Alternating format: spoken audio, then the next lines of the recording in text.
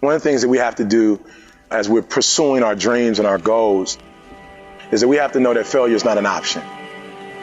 You've got to tell yourself, despite the circumstances, the situation, I'm not going anywhere until I get the goal. Until I make my dreams become a reality, I'm not quitting. I don't care how much money I have to invest. I don't care how much time I have to invest. I'm going to continue to do this until I become successful. Every time I stand up here and do what I'm doing, all I can remember was sleeping in abandoned buildings. That's all I could think about. But I kept trying, and I kept trying, and I kept going. I was consistent, and I'm standing here today. Every single day when I come, I show up, and I let failure know. Failure is not an option. You can't even let it sink into your brain, not even a second. You have to know that this thing is going to work. Come hell or high water, whatever it is that I set out to do, it may not happen in 6 months, it may not happen in a year, it may not happen in 2 years, but at some point, my dream is going to become a reality.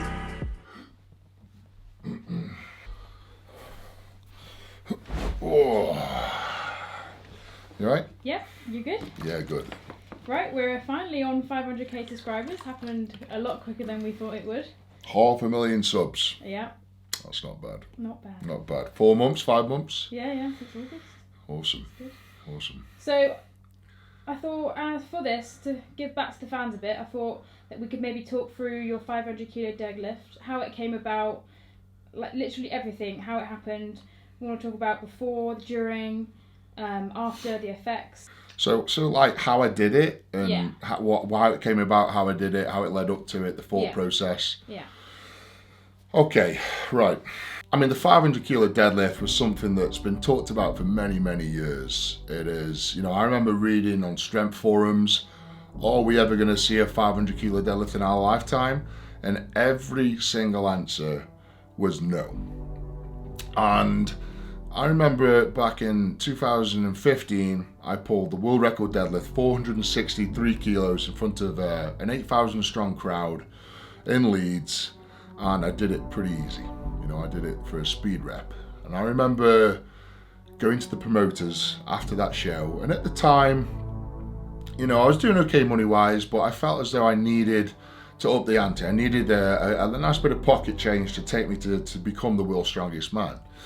So I said to the promoters after that I pulled the 463, if someone was to come and pull 500 kilo next year, how much would you pay them? And they literally looked at each other and were like, how much do you want? So we agreed a deal.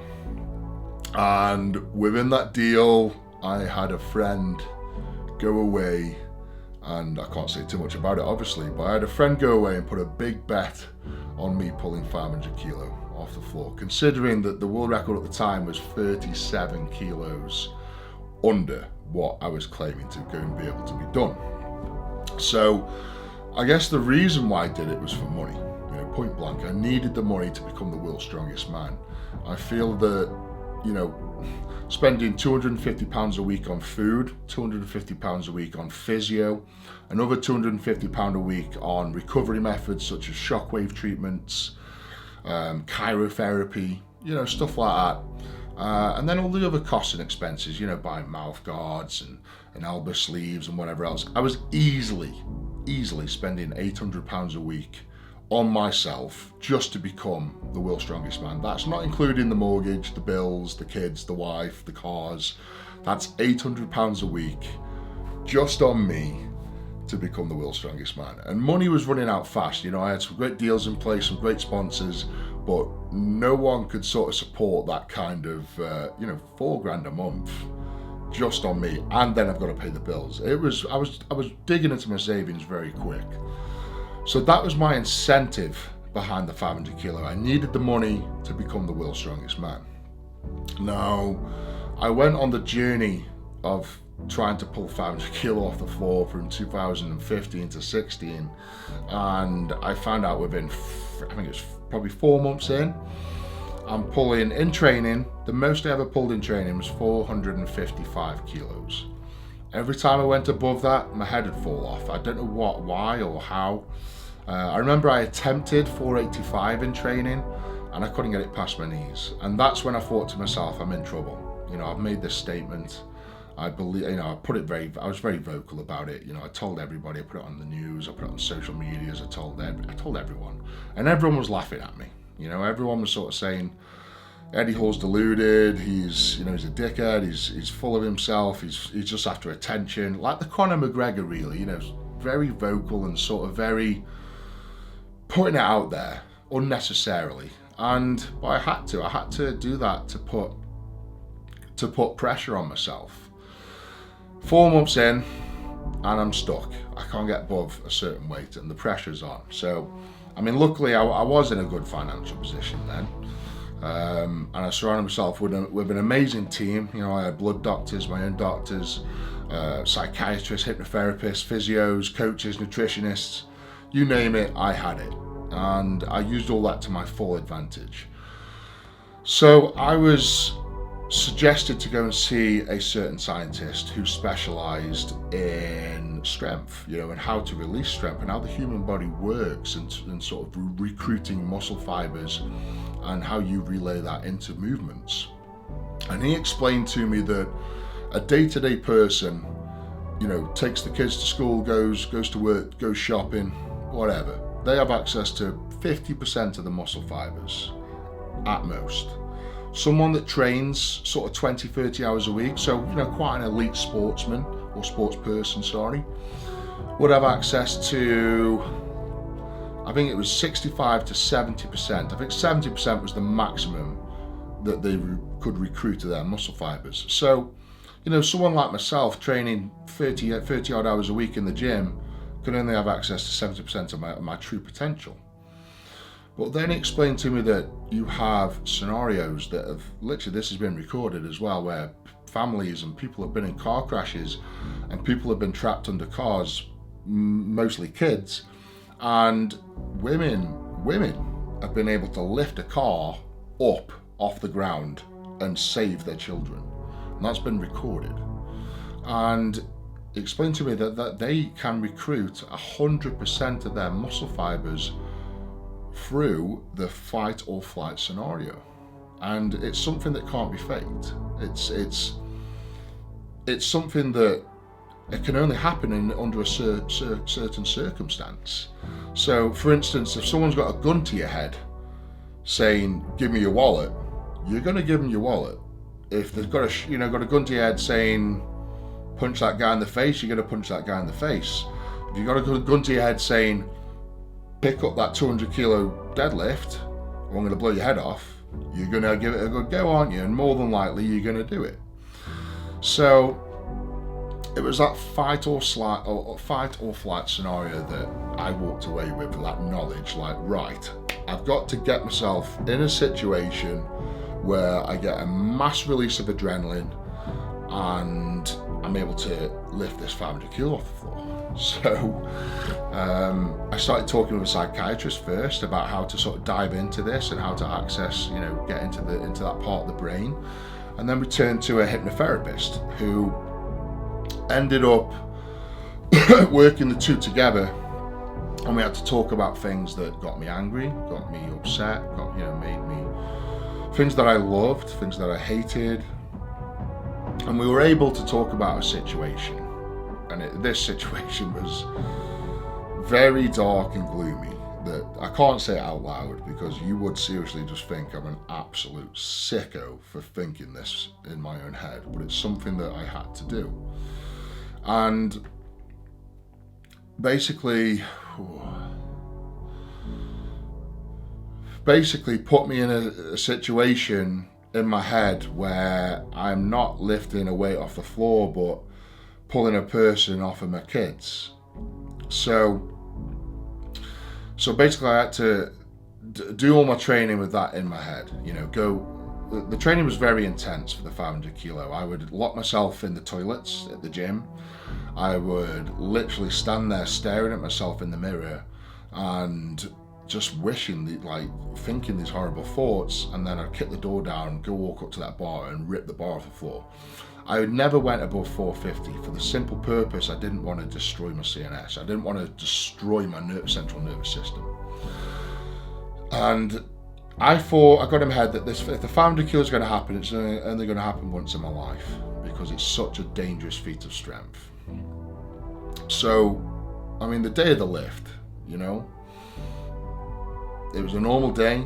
I woke up, had breakfast, I did my physio, went to the arena, stretching off, nice and cool. And then, you know, we go through the warm-up lifts, all backstage, everything's cool. We go through the 420, I think I pulled 465 for the new world record, and I did it for a speed rep, an absolute speed rep. Probably as quick as somebody would stand up out of a chair. That's how quick I pulled the current world record. And I think it was at that point that the whole crowd silenced. I think it was that point that everyone believed me. Everyone realized that I wasn't talking crap. And I remember going backstage after the 465, and again, I just locked myself in the disabled toilet in the back of the arena stage, and I'm just staring in the mirror. Just staring at myself and going into this abyss, going into this horrible situation that I'm sort of preparing myself for. You know, I'm looking at myself in the mirror, and I'm sort of envisioning myself in this situation, psyching up, deep breathing. I've got a couple of pals of mine just in my ear, you know, telling me I can walk on water, basically. And then I just remember looking in the mirror, and that I don't know how or why it happened, but a massive euphoria of self-confidence just came over myself. It was like a little flick switch in my brain that just went, let's go. And I just 90-degree turn, out that disabled toilet door, kicked it off the hinges, out I went, suit up, straps on, wrist straps on, mouth guard in, walked up to the deadlift, and I think I remember asking the crowd to be just to be quiet, just let me get my thought process. And there was a man refereeing the contest, Dave Warner, good friend of mine actually. But I remember looking at Dave, and this wasn't pre-planned. And I remember looking at Dave, and I turned Dave into this devil. You know, I just stared at him, twisted my head, and just like, I'm gonna kill you. I am going to kill you. And then the trigger point came. I was just like, boom, right, I'm ready, I'm in the scenario. And I'm blacking out then. I'm sort of, you know, I'm in and out. I'm in the arena, but I'm not in the arena. And I remember bending down, strapping onto the bar, rocking it back and forth. And then just on that last rock, I just leant forward, leant back, and my eyes just closed, and I start pulling. And I want you to look at my eyes as I'm pulling that deadlift. My eyes open, and not intentionally, and they open, and my eyes change colour. They actually changed colour. They went the brightest, most turquoisey blue I've ever seen a man's eyes go. They changed colour, and I finished off, I locked the lift out, and that's when I woke up, and I was just sort of like at the top of the lift looking around like, have I done it? Jesus Christ. Hit the deck, massive puddle of blood on the floor. Everyone runs over, they're wiping the blood away. I don't know how much blood came out my face, but it felt like a lot. I've never felt as much blood rush out of my nose as I had at that point in my life. And they take my shirt off, take my suit off, and then the blood pressure must have changed up or whatever. I went unconscious. And I've watched the footage back, and I'm sort of in people's arms, and I'm in and out of consciousness. I'm sort of convulsing, just sort of like, you know, not quite sure where I am. And, you know, there people keep wiping blood away, it keeps coming out my nose. And then someone just whispers in my ear, like, Ed, get up, man. Get up, make it look easy. So, get the fuck off me. Everyone backs away, stand up, did my little speech to the crowd, thanked the wife. And then backstage, boom, out again. Paramedics on me, get me on the table, checking my heart rate through the roof, well over 200 beats per minute. Blood pressure was unreadable. They put an ECG on me to try and get some sort of gauge of what my heart was doing. Couldn't get one. We'll do it again. Couldn't get one, do it again. And you know, by the fourth time that a paramedic's saying that his equipment's faulty, that it's not faulty, it's you. You're in danger. And I wouldn't let them take me anywhere. You know, I was very sort of, I'm staying here. I'm gonna ride it out. And at this point, I realized that I was actually going blind. I lost the vision in the center of my eyes. I couldn't see around it. It was like an arc eye effect, and that's when I got quite scared, and I just lay down on my back, and I remember just staring at the ceiling in this horrible sort of hallway behind the arena, just staring at this very commercial ceiling with all air ducts and everything. I thought, this is where I'm going to die. This is it. This is where Eddie Hall dies. And luckily, I mean, you know, everyone around me, and then I know people are like wiping blood out my ears. I had blood coming in my tear ducts in my eyes. The blood was still coming out my nose. I think it was pretty evident, you know, I did something pretty serious. You know, I blew something up in my head that was pretty nasty. Took me about two and a half, 3 hours for me to sort of calm down, recover, my heart rate calmed down, my blood pressure calmed down. The ECG came back all clear. And, you know, I was able to, you know, walk, get up, do a meet and greet after the show. Got myself back to the hotel and out, just done. You know, that was the most exhausting day of my life.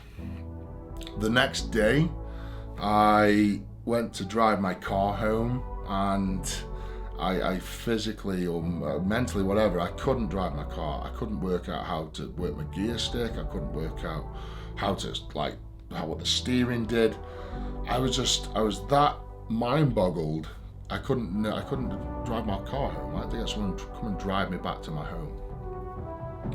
The next day was my son's birthday party. I think it was his fourth birthday party, and I didn't remember people's names. I'm having conversations with people 2 or 3 times, the same conversation, and, you know, my wife's going to me, Eddie, you've said that 3 times now, and I'm like, oh, okay, who's that over there? That's your brother.